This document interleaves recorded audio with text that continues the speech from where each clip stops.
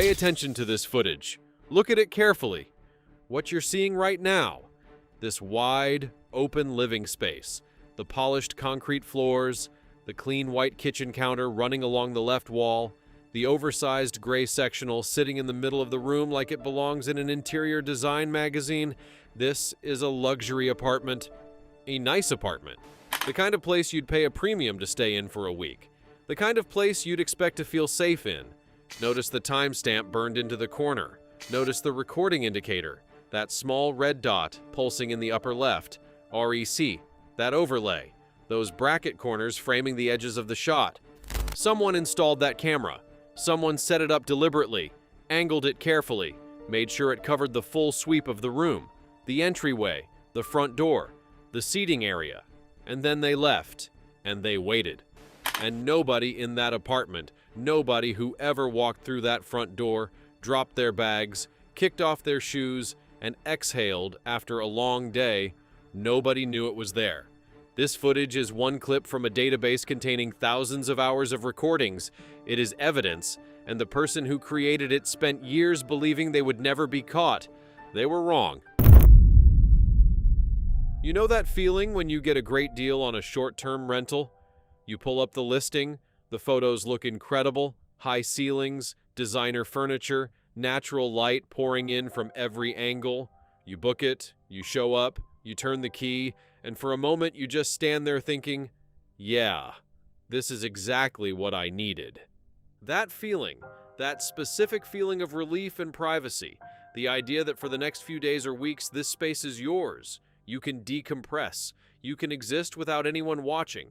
For dozens of women across 4 cities, that feeling was a lie. They didn't know it yet. They couldn't have known. The cameras were that good, that small, that expertly hidden, tucked inside smoke detector casings, embedded in the base of charging adapters sitting innocuously on nightstands and kitchen counters, positioned with a precision that suggested not just technical knowledge, but a deeply intentional, calculated violation. This is the story of an operation that ran for nearly 4 years before anyone even suspected it existed. It is the story of a man named Dorian Kellner, a property manager with keys to some of the most exclusive short-term rental units in 3 major cities, and the quiet, methodical way he turned private spaces into a product. It is the story of his partner, Neela Voss, who sat behind a reception desk at one of the country's most respected talent agencies and fed him names, schedules, and booking windows like clockwork. And it is the story of how a single piece of embedded metadata, buried so deep inside a thumbnail image that it took a forensic analyst 3 days to even notice it, brought the whole thing down. The victims were models, actresses, influencers, working professionals in an industry that already demands so much of their bodies and their image. Women who had agreed to be seen in specific ways, on their own terms, in front of cameras they knew were there. What Dorian Kellner decided was that their consent didn't matter, that their privacy was just another commodity, that there was a market for it. And he was right, there was. Nearly 300 paying subscribers, each handing over thousands of dollars a month, proved that. But markets have receipts, and receipts leave trails. Let's go back to the beginning. The city of Harlan Falls in the early spring of 2003 was the kind of place that had recently discovered it was becoming fashionable. It sat about 40 minutes from a major coastal metro, close enough that the industry types had started filtering in, renting out the converted warehouse lofts and the glass-fronted penthouses that a new wave of developers had been quietly constructing for the better part of a decade.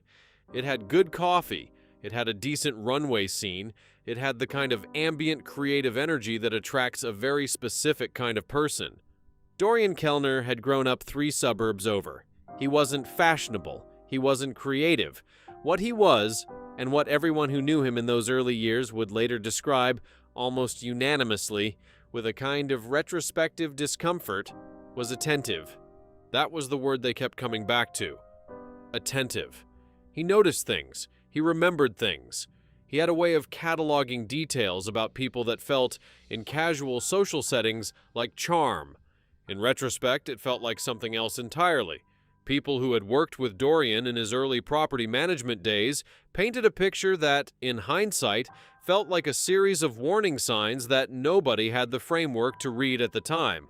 A former colleague named Britta Sanis, who had worked alongside him at a mid-tier property agency for about 18 months before he moved on to a more prestigious portfolio, described him in an investigator interview as the most observant person in any room he walked into, but not in a warm way, more like he was taking inventory. She said he had an uncanny ability to recall details about tenants from memory, not important details, nothing that would serve him professionally, but personal details, what someone had been wearing during a walkthrough inspection, what was on the counter in someone's kitchen during a maintenance visit 3 months prior. She had found it impressive at the time. Later, sitting across from Agent Finch's team in an interview room, she found it chilling. A landlord who had contracted with Dorian early in his career described him as the best property manager I ever had, honestly. He was never late, never made promises he couldn't keep, never had to be chased for reports or maintenance logs. He was, this landlord said, the kind of person who treated a job as something to be mastered completely, not just performed adequately. At the time, that felt like a professional compliment. After the arrest, the landlord contacted the investigators himself, unprompted, to give that interview. I kept thinking about all the access I gave him, he said, all the units, all the keys. I kept thinking, did I hand him the keys to do this? He had, but not knowingly. And that is an important distinction, even if it doesn't make the memory easier to sit with. Dorian had drifted into property management almost by accident. A cousin owned a handful of mid-range rental units and needed someone to manage turnovers, handle maintenance calls, coordinate cleaners between bookings. Dorian was available. Dorian was reliable. Dorian, it turned out, was exceptionally good at the logistical side of things. The scheduling, the inventory, the access management. Within 2 years, he'd moved on from his cousin's modest portfolio and was handling properties for 3 separate short-term rental agencies, all of them operating in the premium tier of the Harlan Falls market. He had keys. He had access codes.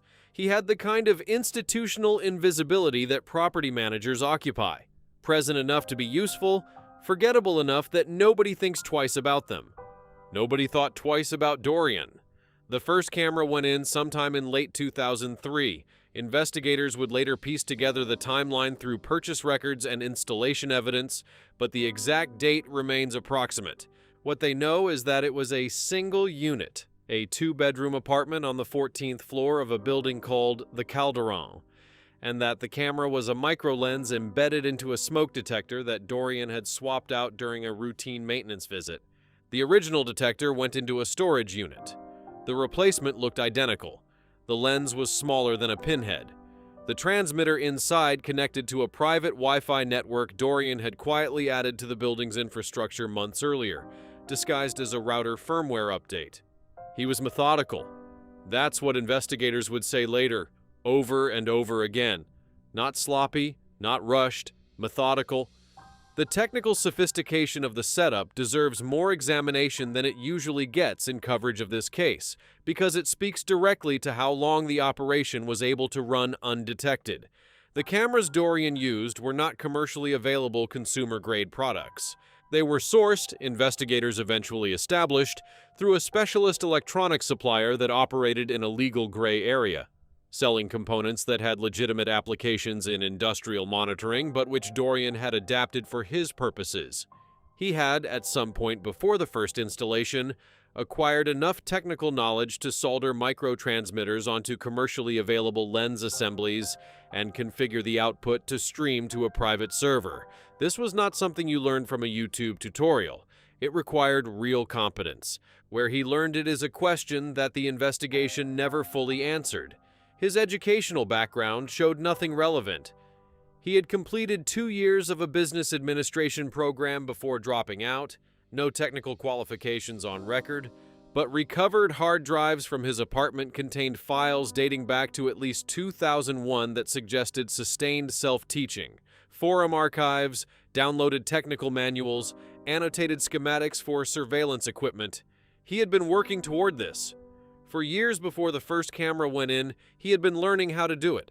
That detail, the years of preparation before the first act, was one of the elements prosecutors leaned on hardest when arguing for the most severe sentence available. This was not impulsive.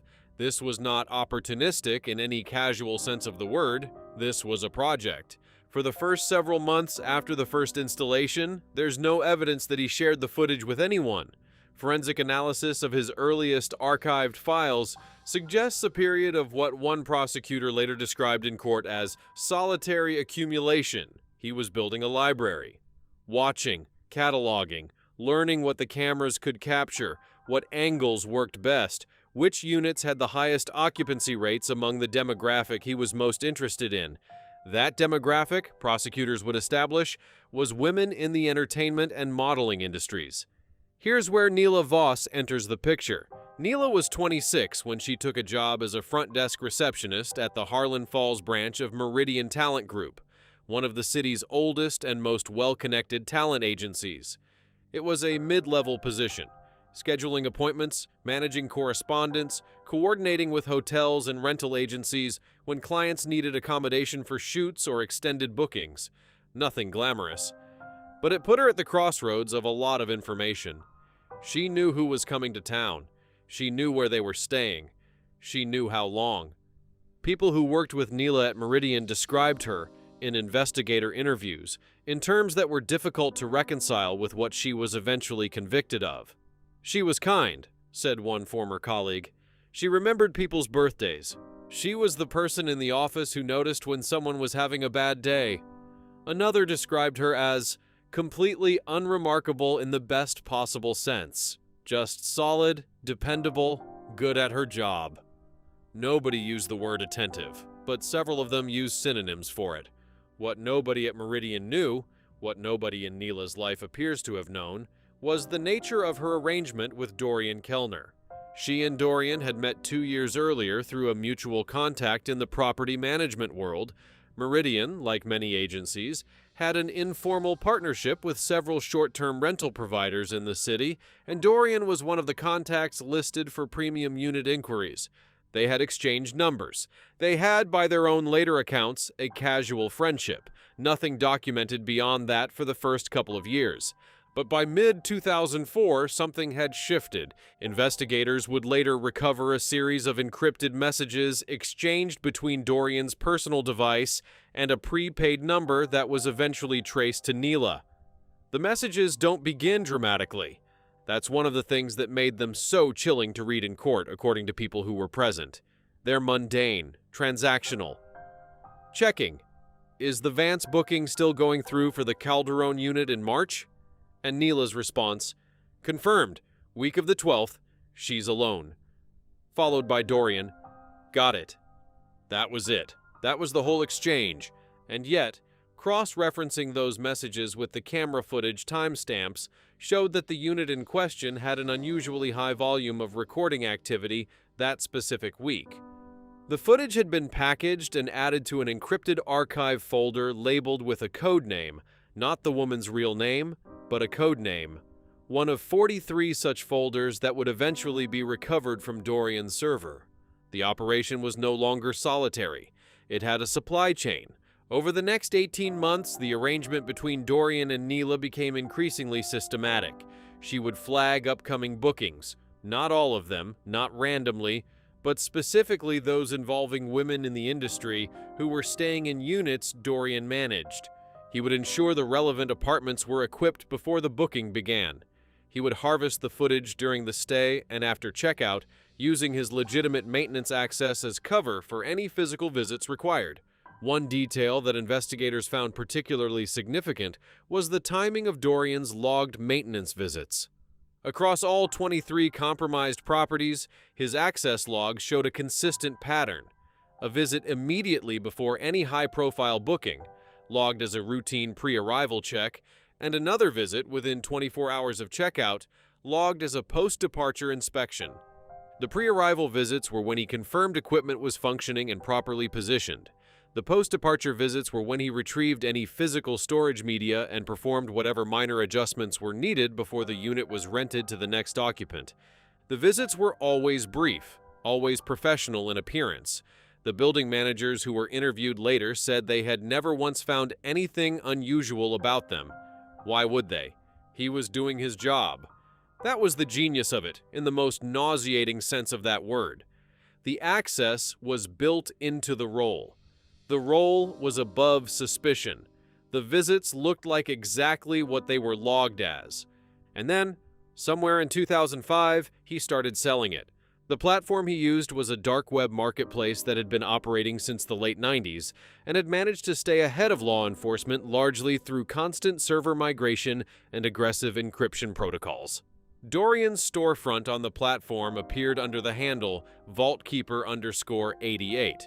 His initial listings were vague: exclusive lifestyle content, unscripted private footage, premium collection, limited access. The price point was high from the start.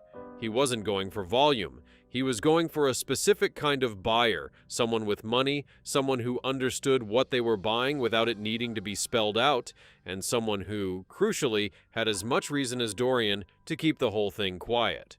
The first month, he had 11 subscribers. By month 3, he had 40. By the end of year 1, the subscriber count had crossed 120, and the monthly revenue Dorian was generating had surpassed his legitimate property management income by a factor of 3. He kept working the day job. Of course he kept working the day job. It was the engine. It was the access point. Without the keys, without the maintenance schedules, without the trusted contractor status that let him walk into residential units without anyone blinking, the whole operation collapsed. So he kept showing up. He kept fixing leaky faucets and replacing air filters and scheduling carpet cleanings. He kept being reliable, professional, forgettable Dorian. Meanwhile, the library grew. Let's talk about what it actually meant to be one of the women whose footage ended up in that archive. Because it's easy, when you're looking at server logs and subscriber counts and revenue figures, to lose sight of what this actually was. These were women who had come to Harlan Falls for work. Some were on short bookings, a weekend for a catalog shoot, a few days for an audition run. Others were there longer, sometimes for weeks at a time, staying in what they believed were private, secure accommodations. They unpacked their bags. They made coffee in the morning. They video called their families. They existed in the most ordinary and human way in spaces they had every reason to believe were their own. They had not consented to any of it, not a frame, not a second. They had no idea, and for years, for nearly 4 years, they had no reason to suspect. Consider what a week in one of those apartments actually looked like for one of those women. She would have arrived after a long travel day, maybe a flight, maybe a drive. She would have walked through the door and done what everyone does when they arrive somewhere new. A quick scan of the space. She might have opened the fridge, checked the Wi-Fi password, dropped her suitcase in the bedroom doorway while she figured out where to put things. She would have called someone to say she'd arrived safely. She would have made herself at home because she was home, as far as she knew. None of those moments were hers alone. Every single one was being recorded. One of the details that emerged during the investigation that struck detectives most forcefully was the sheer breadth of daily life captured in the footage. Investigators reviewing the archive found themselves looking at evidence of mundane routines, private moments, personal conversations. The footage wasn't just invasive in the ways you might immediately imagine. It was invasive in every way. Every way. The psychological impact on the investigative team itself was something that rarely gets discussed in coverage of this case, but it is worth acknowledging. Digital forensic work of this nature requires sustained exposure to deeply distressing material, and several members of the team later spoke, carefully, without specifics, about the cumulative weight of that exposure.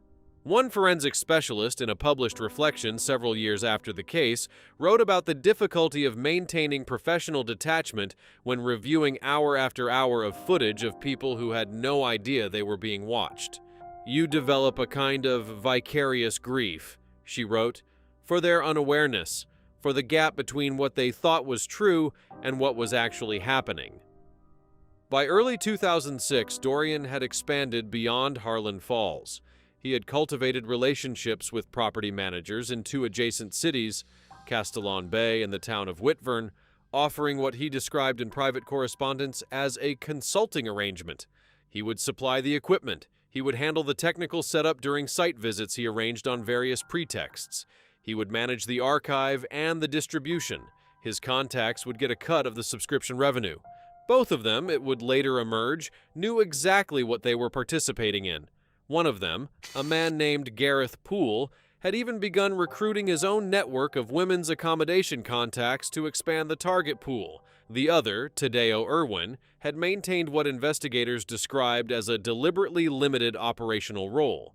He had provided access to properties and had received payments, but had largely kept himself at one remove from the actual installation and archive management side of things.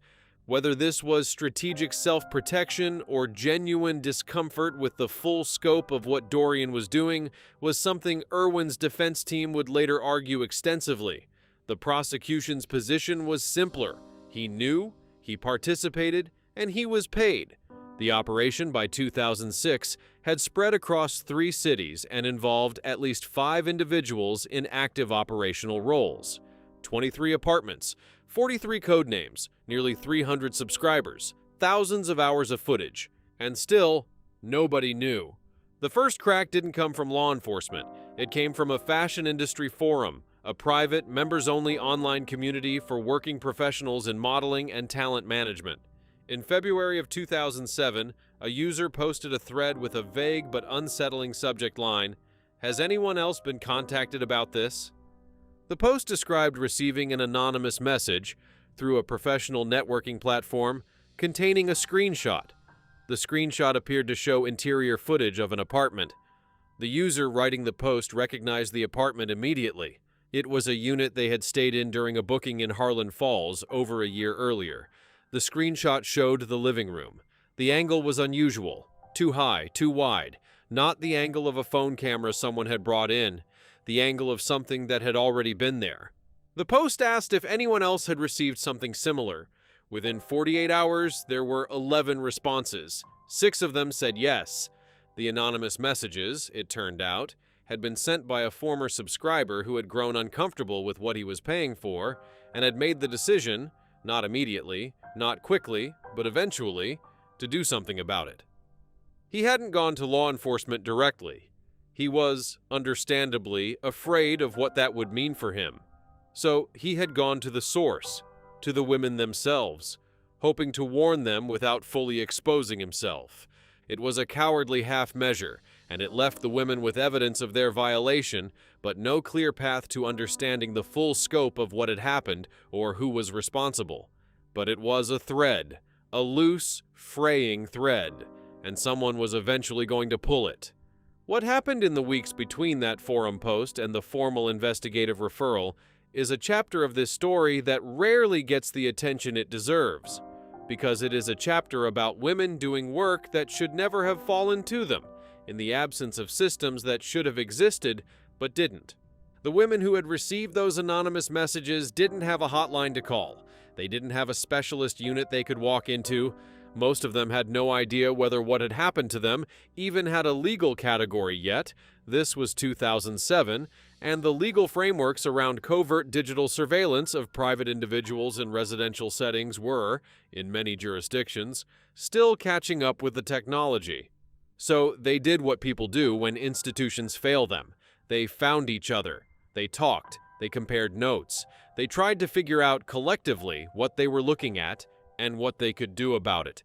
Several of them independently consulted lawyers and were told variations of the same thing. The evidence is suggestive, but not yet actionable without more. Several others contacted the platform through which the anonymous messages had been sent, trying to identify the sender. The platform, citing user privacy policy, declined to provide identifying information. The forum thread, which had started with 6 responses, had grown to 34 by the time Petra Holloway first saw it. Not all 34 were people who had received messages. Some were people who had simply heard about it through professional networks and were adding their own half-formed concerns, their own vague memories of strange maintenance visits or apartment details that hadn't sat right, The thread was chaotic and frightened and full of questions nobody could answer yet. But Petra Holloway was someone who, when confronted with a chaotic and frightened room full of unanswered questions, did not wait for someone else to start organizing. She had been in this industry for a long time. She had watched it fail the women who worked in it in 100 different ways. She was not prepared to watch it fail them in this one. That someone was Petra Holloway. Petra was a talent agent at Meridian, not Neela's supervisor, but 2 rungs up the organizational ladder from her. She had been at the company for over a decade and had a reputation as someone who was fiercely protective of her clients. When one of her clients came to her in March of 2007, distressed and confused after receiving one of those anonymous messages, Petra didn't tell her to go to the police and leave it at that. She sat with her. She listened. She asked questions. And then she started asking questions of her own. She began quietly, almost informally, comparing notes with colleagues at other agencies. Had any of their clients received similar messages? Had anyone heard anything unusual? Were there other incidents that hadn't been reported because the women hadn't known what they were looking at or didn't feel safe coming forward? The answer, she discovered over the following several weeks, was yes, more than she had expected. What Petra did next was, in retrospect, the decision that made everything else possible. Instead of compiling what she had found into an email and forwarding it upward and hoping someone more senior would take it seriously, she did 2 things simultaneously. She retained a personal record of everything. Every account, every screenshot, every name of someone willing to speak, completely independent of Meridian's internal systems. And she reached out, through a personal contact, to a cybercrime attorney she trusted. That decision, to keep the documentation independent of the institution, proved critical. Because when investigators later began building their case against Neela Voss, they would need Petra's records to be clean, untouched, not passed through the hands of anyone at Meridian who might, consciously or not, have had reason to handle them differently. Petra compiled what she had and took it to a cybercrime attorney she knew through the industry's legal network. The attorney took one look at the documentation, the screenshots, the forum posts, the accounts from multiple women across 3 cities, and told her this needed to go to law enforcement immediately, not a local precinct, the Digital Crimes Division of the Federal Investigations Bureau. The referral was made in late April of 2007. The case landed on the desk of Agent Cora Finch. Finch had been with the Digital Crimes Division for 6 years and had worked on a range of cases involving illegal content distribution, but she later described the Kellner case as unlike anything she had dealt with before in terms of the combination of its scale, its duration, and the systematic nature of the operation. Most cases of this type, she said in a post-trial interview, involve one person, one location, one period of time. This was an infrastructure. It had been built deliberately. It had partners. It had customers. It had been running for years. Her first task was to establish the perimeter of the operation, figure out how far it extended, who was involved, and whether the anonymous former subscriber could be located and interviewed. That last part took 3 months. The subscriber, who ultimately cooperated with investigators in exchange for deferred prosecution consideration, was a commercial real estate developer from Castellon Bay named Holt Bremer. He had subscribed to Vaultkeeper_88 for approximately 14 months before his conscience, or, as prosecutors would later characterize it, his fear of eventual exposure, had gotten the better of him. Bremer's cooperation gave investigators their first real window into the operation from the consumer side. He had paid via a cryptocurrency wallet. He had accessed the content through a private portal that changed its URL monthly. He had never communicated directly with Vaultkeeper_88. All subscriber management was automated, apparently, but he had, during his 14 months as a subscriber, downloaded a significant portion of the archive. And while most of his downloads had been scrubbed of identifying metadata, one hadn't. A thumbnail image, just a thumbnail, not even a full clip, that he had downloaded in his 3rd month as a subscriber had a GPS coordinate embedded in its EXIF data. It was a small error, the kind of mistake made when someone is setting up a new device and hasn't fully configured their privacy protocols yet. The coordinate pointed to a specific building in Harlan Falls, a building called the Calderon. Finch ran the building. Dorian Kellner's name came up immediately in the management records, but she didn't move yet. One building, one name, that was a thread, not a case. What Finch needed was the full architecture. She needed to understand how wide this went, how many locations were involved, and how to execute a takedown that would capture as much of the operation as possible before Dorian had any opportunity to purge the server. Finch assembled a small team, deliberately small, she later said, because the biggest operational risk at this stage was a leak. If word got back to Dorian through any channel that investigators had been asking about the Calderon, the server would be gone within hours. She limited full case knowledge to 4 people: herself, 1 technical analyst, 1 financial investigator, and her direct supervisor. Nobody else in the division knew the details until the warrants were ready to execute. The financial investigator, a specialist named Damon Rask, spent 6 weeks following the cryptocurrency trail from Bremer's wallet backward through a chain of mixer transactions designed to obscure the flow of funds. Mixer transactions, where cryptocurrency is pooled and redistributed to break the link between sender and receiver, are notoriously difficult to trace, but not impossible if you have enough transaction history on one end of the chain and patience on the other. Rask had both. What he eventually surfaced was a receiving wallet that had been active for nearly 3 years and had accumulated a transaction history consistent with regular high-volume subscription payments from hundreds of distinct sources. He couldn't identify the wallet holder directly. That required linking the wallet to a real-world identity, but he could establish that this wallet was the financial engine of the operation. It was, he said later, like finding the mouth of a river and knowing that somewhere upstream was a source. What followed was 4 months of painstaking, largely invisible investigative work. Finch's team mapped Dorian's property management contracts across all 3 cities: Harlan Falls, Castellon Bay, and Whitburn. They cross-referenced his access records with the booking histories at each property. They identified a pattern. A disproportionate number of units Dorian had access to were showing unusual network traffic to an off-site IP address routed through a VPN, but consistent in its timing and volume. They built a technical surveillance warrant that took 6 weeks to get approved. When it came through, they had 14 days to intercept the network traffic without alerting Dorian. During those 14 days, they mapped the full scope of the server architecture, identified 2 co-conspirators, Gareth Poole in Castellon Bay and a property manager in Whitburn named Tadeo Irwin, and established enough probable cause to apply for search and seizure warrants across 4 residential and commercial addresses simultaneously. Meanwhile, the Neela Voss connection emerged through a parallel track of investigation that Finch almost missed entirely. One of Dorian's encrypted messages, recovered through the network intercept, referenced a contact he referred to only as the desk. Cross-referencing the timing of those messages with booking confirmations at properties Dorian managed, Finch's team noticed something. The messages from the desk consistently preceded bookings by high-profile clients. Not all bookings, not random bookings, specifically bookings by women in the modeling and talent industry. The advance notice was always between 3 days and 2 weeks out. Someone on the inside of an agency was feeding Dorian the schedule. It took another 3 weeks to identify who.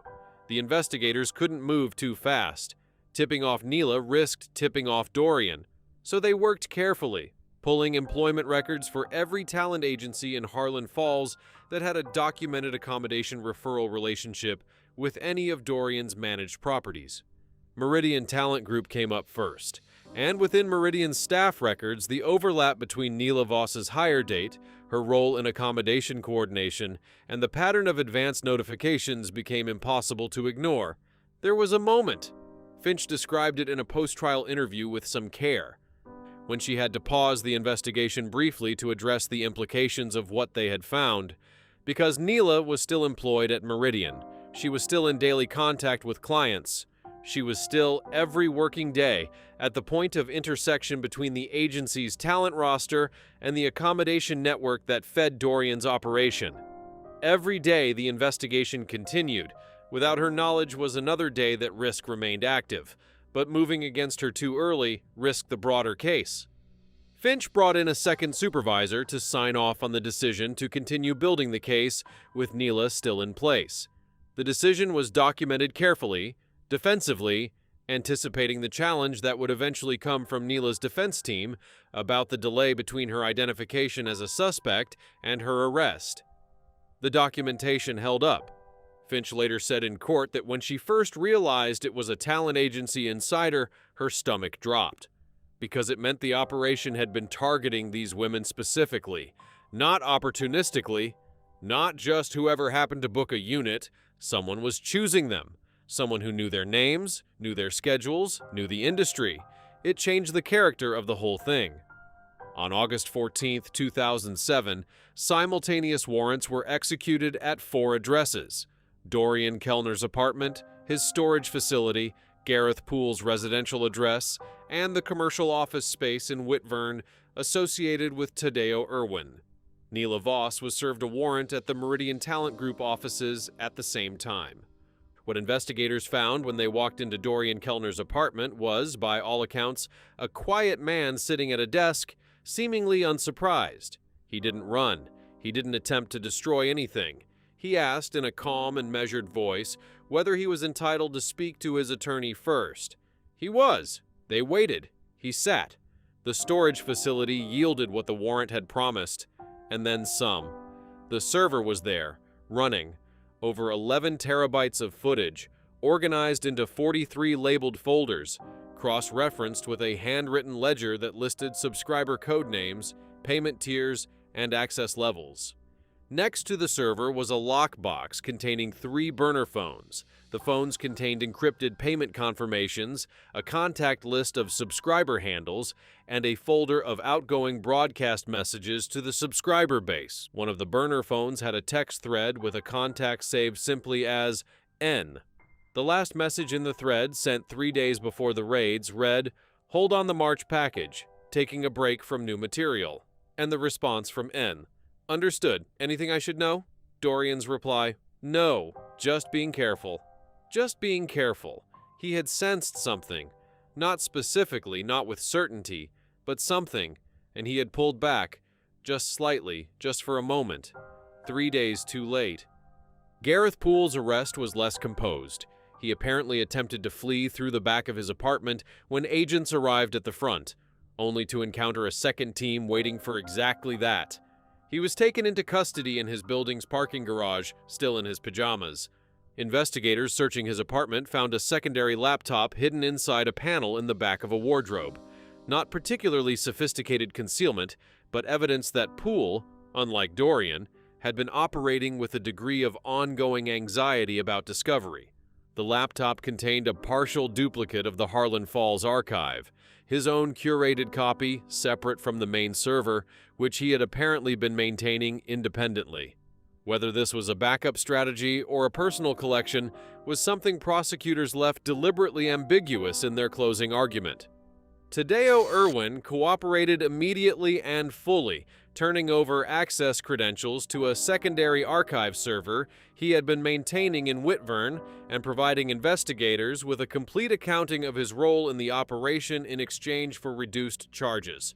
Neela Voss, when agents arrived at Meridian, initially denied any knowledge of what Dorian had been doing. She maintained that the messages were innocent coordination between a property contact and a scheduling function she performed as part of her job. It was a position she held for approximately 72 hours, before her attorney advised her, apparently forcefully, that the volume and specificity of the recovered message history made that narrative untenable. She changed her statement on the 3rd day. She confirmed the arrangement. She confirmed that she had known from early in the operation what Dorian was doing with the information she was providing. She said, and this became one of the most debated statements of the entire case, that she had told herself the footage wouldn't go anywhere that would matter. She had told herself nobody would ever see it who knew the women personally. She had told herself it was abstract, distant, not really real. The courtroom was quiet when that statement was read into the record. The forensic audit of the server took 11 weeks.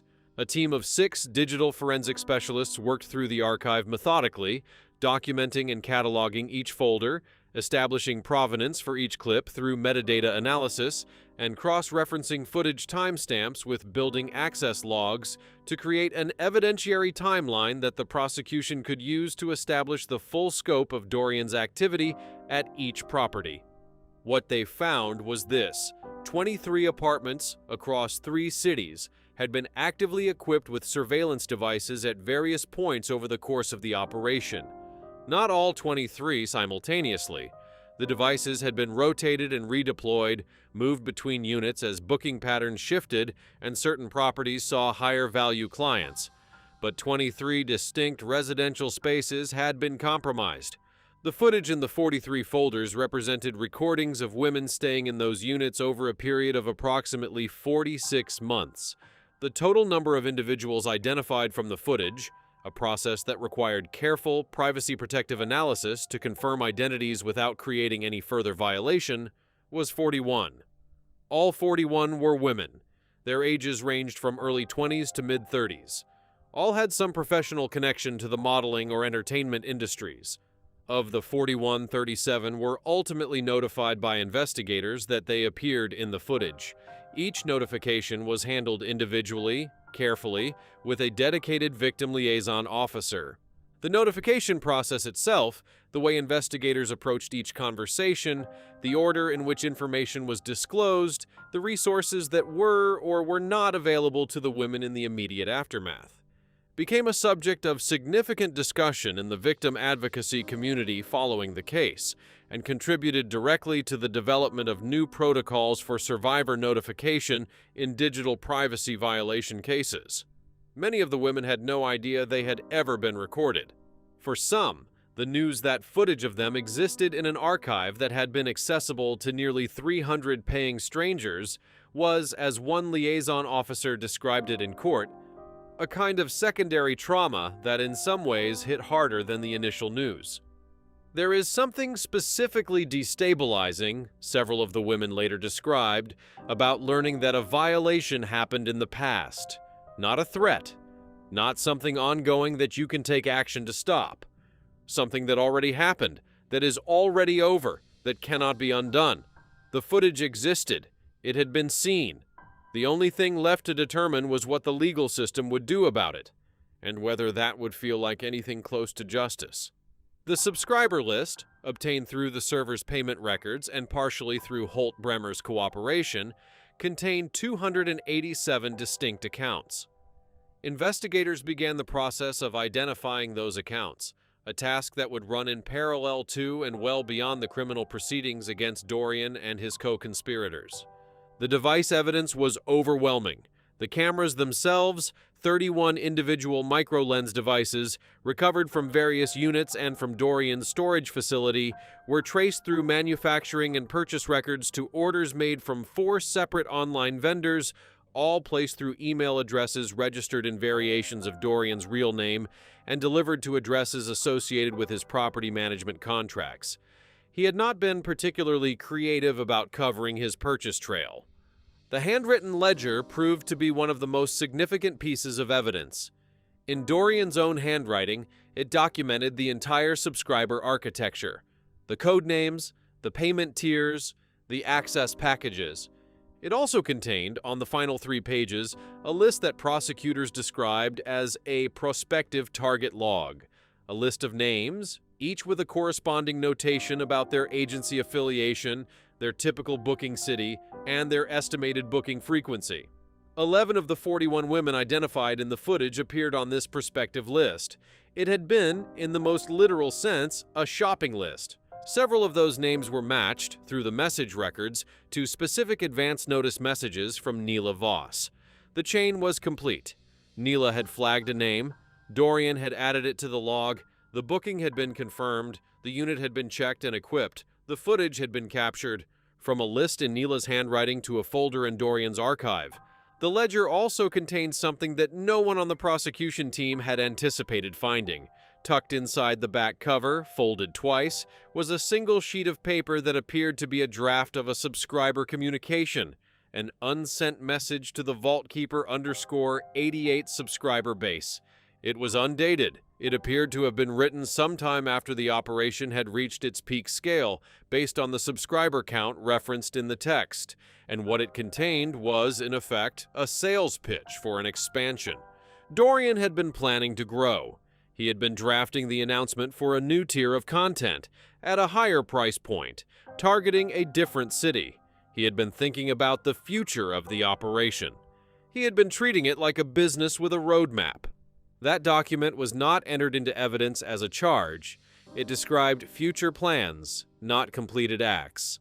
But the prosecution used it, carefully and within evidentiary rules, to illustrate the mindset behind the operation.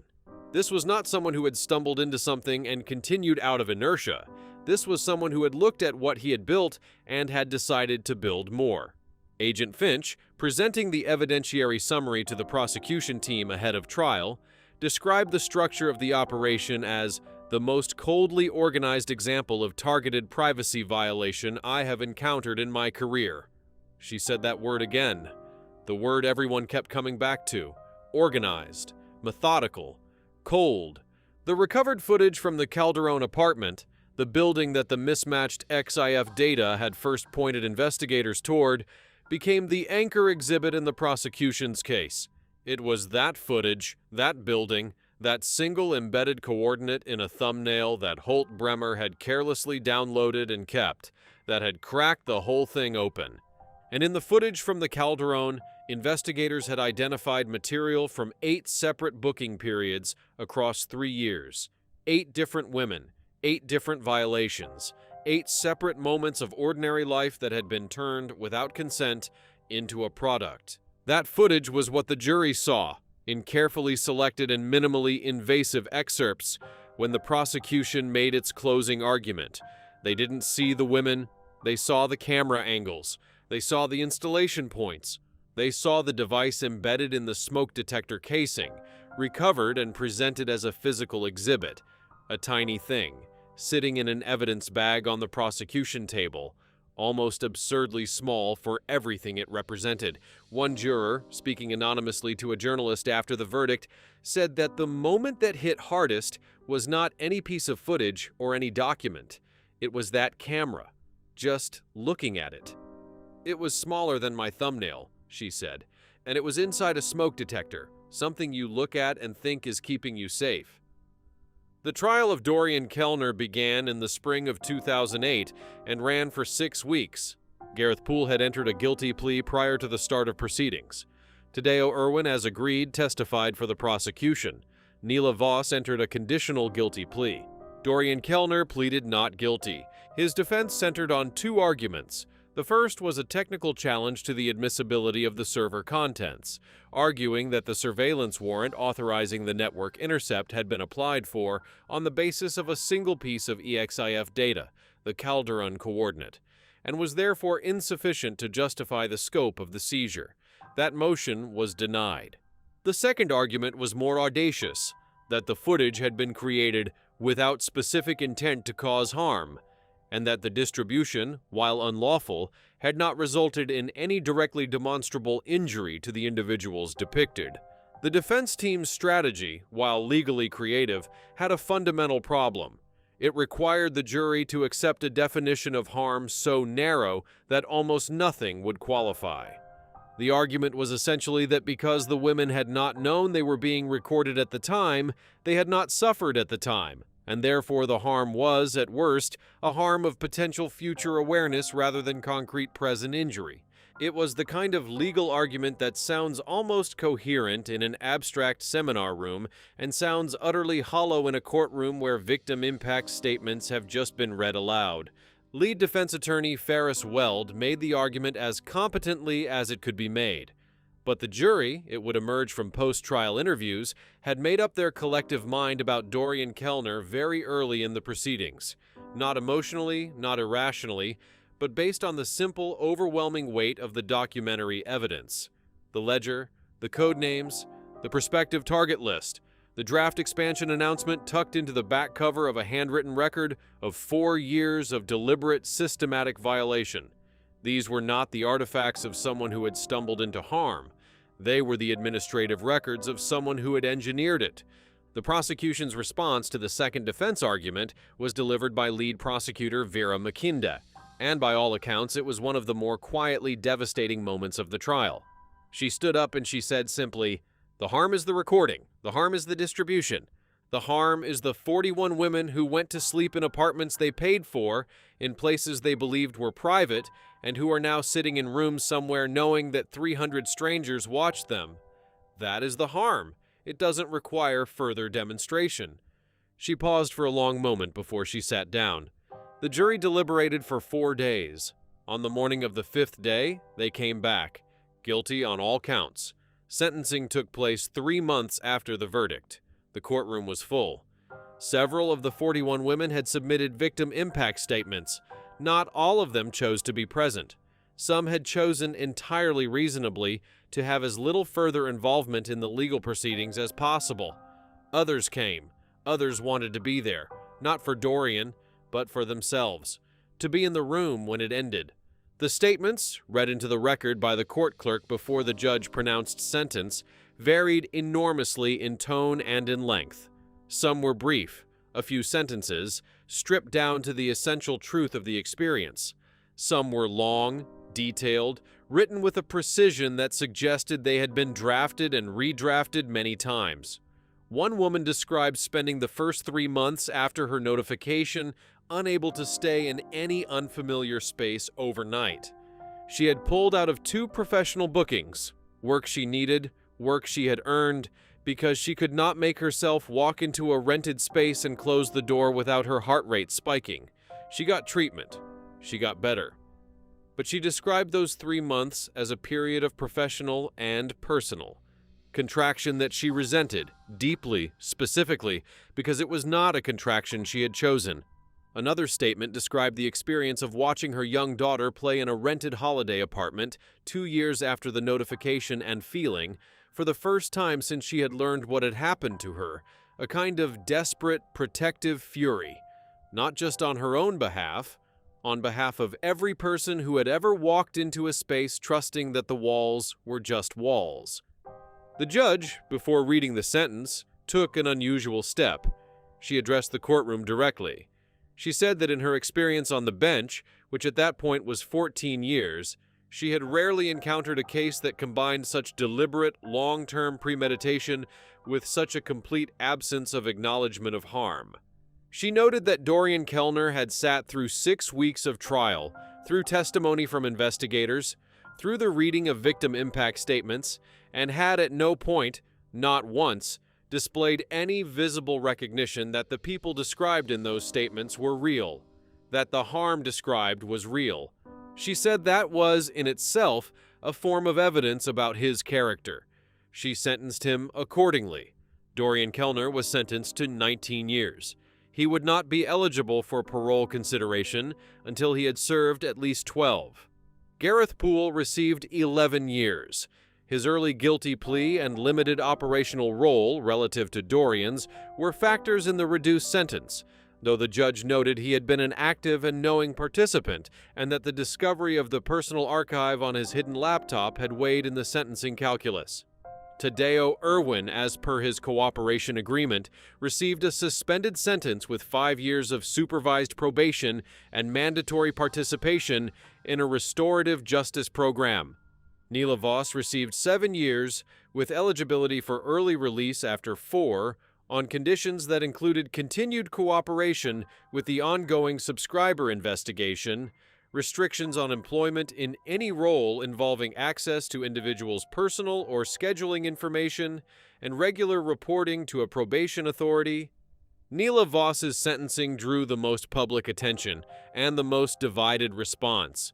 There were people, inside and outside the industry, who felt that 7 years was insufficient for someone who had spent years feeding a surveillance operation targeting her own colleagues and clients. There were others who pointed to her cooperation, to the absence of evidence that she had ever viewed the footage herself, and to the disparity between her role and Dorian's as reasons the sentence was proportionate, The debate, which played out in industry publications and legal commentary circles for months after the verdict, was never really resolved to anyone's satisfaction. It rarely is in cases like this. The architecture of harm is always more complex than a single sentence can address. The subscriber investigation continued. At the time of sentencing, 42 of the 287 subscriber accounts had been successfully identified and referred for prosecution consideration. The remaining accounts were at various stages of a financial intelligence process designed to unmask the cryptocurrency wallet holders. Prosecutors confirmed publicly that the investigation was expected to continue for years. It did. By the time the last known subscriber case was closed, in late 2012, 91 individuals had faced some form of legal consequence, ranging from criminal charges to civil settlements to professional disciplinary proceedings. Among those 91 were people from a wide range of professions and backgrounds, which was, in its own grim way, a reminder that the demand for this kind of content does not have a single profile. It does not belong to one demographic or one type of person. The subscriber list was, in miniature, a cross-section. Petra Holloway, the talent agent who had first gathered and escalated the survivor accounts, became one of the most vocal advocates in the industry for enhanced accommodation security standards and survivor privacy protections. In 2009, she founded a working group, in partnership with several major talent agencies and a coalition of digital rights organizations, that developed what became known as the Secure Stay Framework, a set of voluntary but widely adopted guidelines for verifying the integrity of short-term accommodation arrangements for industry professionals. The framework included standardized protocols for sweep checks of accommodation units, third-party certification of property managers, and a confidential reporting mechanism for industry workers who suspected surveillance activity. By 2011, the Secure Stay framework had been adopted by over 60 talent and modeling agencies across the country. By 2013, it had been cited as a model in legislative discussions about covert surveillance law reform in 3 separate states. Petra Holloway testified before a legislative committee in 2014 about the gaps in existing law that the Kellner case had exposed, specifically the absence of a standalone criminal charge for the installation of covert surveillance devices in residential premises, which at the time had to be prosecuted under a patchwork of existing statutes relating to wiretapping, invasion of privacy, and electronic interception. Her testimony contributed to a legislative reform that was passed the following year. She didn't call it advocacy. She called it what it was: the bare minimum that an industry owed the people who worked in it. Agent Cora Finch retired from the Digital Crimes Division in 2014 after 17 years of service. In her exit interview, published in a law enforcement trade publication, she cited the Silent Lens case as the investigation that had most shaped her professional philosophy. She talked about the 4 months of invisible work before the warrants, the patience required to build the case properly, the discipline required to move slowly when every instinct was pushing her to move fast. "You have to protect the case," she said, "because the case is the only thing standing between those women and the possibility that none of this ever gets answered. You don't get to rush it because it feels urgent. You have to make it right." She also said something that the journalist who interviewed her chose to use as the closing line of the piece. She said, "The metadata saved us. One tiny piece of data that somebody forgot to scrub." In the end, that's what it came down to. Not the investigation, not the warrants, not the cooperation agreement. One coordinate, one building, one name, and then everything else. The 41 women, whose identities were sealed by court order and remain protected to this day, did not ask to be part of this story. They went to work. They stayed in an apartment. They thought they were alone. They were not. And for years after the case was closed, many of them spoke about the difficulty of entering any unfamiliar space, a hotel room, a rented apartment, a colleague's guest room, without feeling that same flicker of uncertainty, that same instinctive, unwanted question: is someone watching? That is not a small thing to carry. There is no tidy conclusion to offer them. There is a verdict. There is a sentence. There is a framework with their safety in mind. There is, for whatever it's worth, the fact that Dorian Kellner is in a cell, but there is no version of the outcome that gives any of them back the privacy that was taken from them. No sentence long enough to undo the knowledge that footage of them was watched, purchased, and distributed as entertainment. What there is, what this case leaves behind, alongside the headlines and the legal precedents and the policy frameworks, is their courage. The women who came forward, the ones who agreed to be interviewed by investigators in rooms designed to make them feel safe, and who told the truth about what it felt like to find out. The ones who wrote victim impact statements knowing those statements might be read in open court. The ones who showed up on the day of sentencing because they wanted to be in the room. Because being in the room was a way of saying, I am here. I am real. What happened to me was real. This story is theirs. Charges: Dorian Kellner. Installation of covert surveillance devices in private residential premises, 23 counts. Distribution of unlawfully obtained private recordings for commercial gain. Conspiracy to commit invasion of privacy. Organized criminal enterprise. Electronic interception without sentenced to 19 years, eligible for parole after 12. Gareth Poole. Conspiracy to commit covert surveillance. Distribution of unlawfully obtained material. Maintenance of an unauthorized personal archive of unlawfully obtained footage, sentenced to 11 years. Tadeo Irwin. Conspiracy to commit covert surveillance, cooperation agreement resulting in suspended sentence, 5 years supervised probation. Neela Voss. Conspiracy to commit invasion of privacy, facilitation of targeted surveillance, sentenced to 7 years, eligible for early release after 4 on conditions.